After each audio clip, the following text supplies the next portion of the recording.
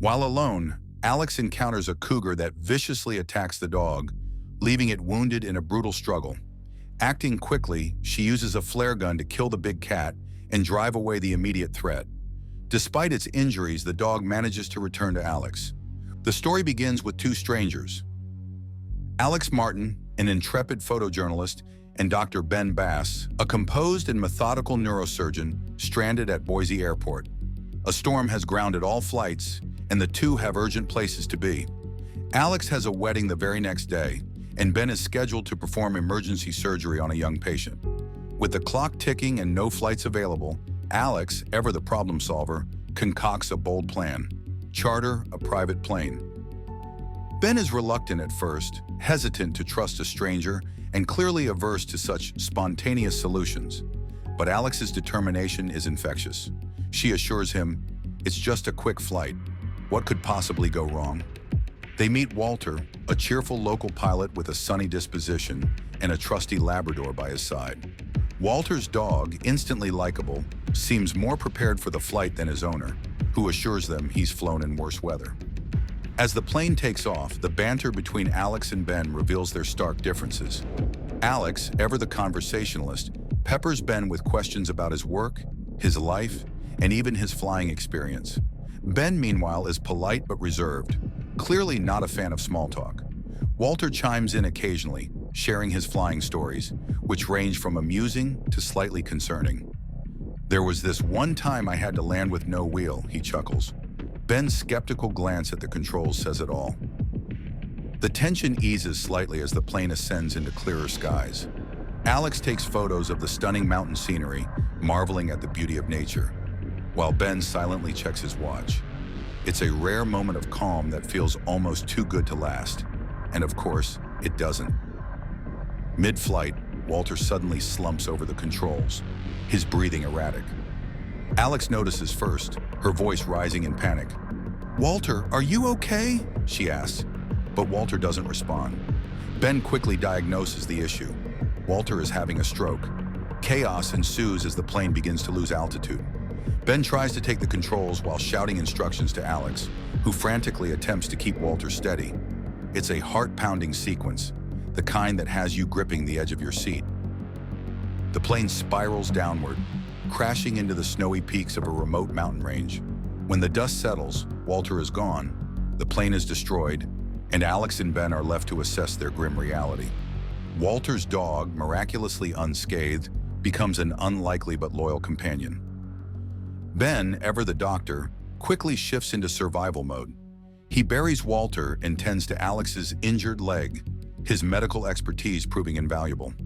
Alex, though in pain, remains spirited, cracking jokes to lighten the mood. "So this wasn't part of the in-flight package?" she quips as Ben bandages her wounds. Their dynamic begins to take shape here. Alex, the optimist with a sharp tongue, and Ben, the pragmatic thinker with a hidden softness. Alex suggests that Ben leave her behind and seek help alone, reasoning that he has a better chance of surviving without her. Ben, however, refuses. "I'm not leaving you," he says firmly. To scout for civilization, Ben climbs a nearby peak, a nerve-wracking endeavor that nearly ends in disaster when he slips on the icy cliffside. Meanwhile, back at the wreckage, Alex faces her own danger as a cougar attacks the dog and then stalks her inside the plane. Armed with only a flare, Alex manages to wound the animal. When Ben returns, he follows the blood trail to retrieve the cougar's body, providing their first meal in days. Stranded for days with dwindling supplies, Alex and Ben grow closer out of necessity. They share stories about their lives, revealing glimpses of their personalities and pasts. Alex's skepticism about rescue grows, leading to a heated argument.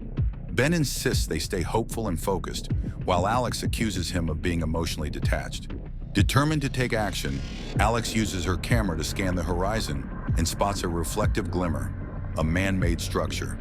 It's their first real hope, and they agree to make the perilous trek down the mountain. Along the way, disaster strikes again as Alex falls through thin ice. Ben, hearing the crack and splash, rushes to her aid. He pulls her from the freezing water and carries her to the abandoned cabin they'd spotted earlier. Inside, Ben uses his resourcefulness to treat Alex's hypothermia, crafting a makeshift injection to stabilize her. It's a rare moment of levity, a reminder of the humanity they're fighting to preserve. Their time in the cabin brings more revelations. Alex, curious about Ben's guarded demeanor, finds a voice recording from his wife among his belongings. Ben catches her in the act and finally opens up, revealing that his wife passed away from a brain tumor 2 years earlier. This moment of vulnerability cements their growing connection, but it also raises unspoken questions about what might happen between them. After Ben falls asleep, Alex takes his picture. Deciding they won't make it if they stay in the cabin, Alex urges Ben to leave her behind and seek help. Though he initially agrees, his conscience gets the better of him, and he returns for her. Together, they continue their journey, with Ben refusing to abandon Alex despite her worsening condition. They fall asleep in the woods. Exhausted and desperate, they finally stumble upon a timber yard. Their ordeal takes one final dramatic turn as Ben gets caught in a bear trap. Alex presses on and is eventually rescued by a passing truck, which circles back to save Ben.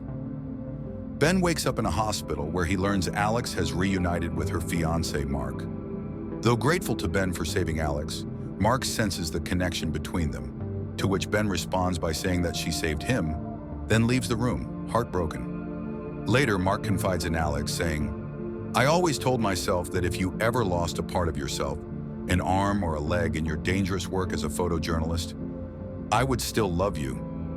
But now he realizes that what he has truly lost is her heart. Later, Alex realizes she can no longer marry Mark, her heart irrevocably changed by her experience with Ben. Alex tries to call Ben, but he ignores her attempts until he receives photos of them together on the mountain, which prompts him to finally call her back.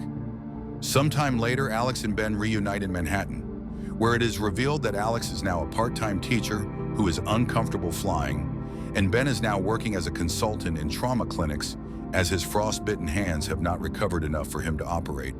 Ben admits that he did not call her back because he thought she would be married, and Alex responds by saying that she couldn't go through with it, and she loved Ben while they were together on the mountain.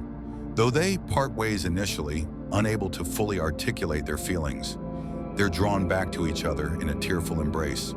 The film closes with their reunion. You're right, Alex didn't take a picture of them together on the mountain. Instead, it was of Ben alone while he was asleep. I just wanted to test your attentiveness. The Mountain Between Us is a breathtaking blend of survival drama and romance, showcasing the resilience of the human spirit and the complexities of love. It's a story that tugs at your heartstrings while keeping you on the edge of your seat, proving that even in the harshest conditions, hope and connection can prevail. If you enjoyed this recap, or if Walter's dog stole your heart, don't forget to give this a thumbs up. Subscribe for more recaps where we dive into epic stories, laugh at plot twists, and celebrate unforgettable characters. See you next time.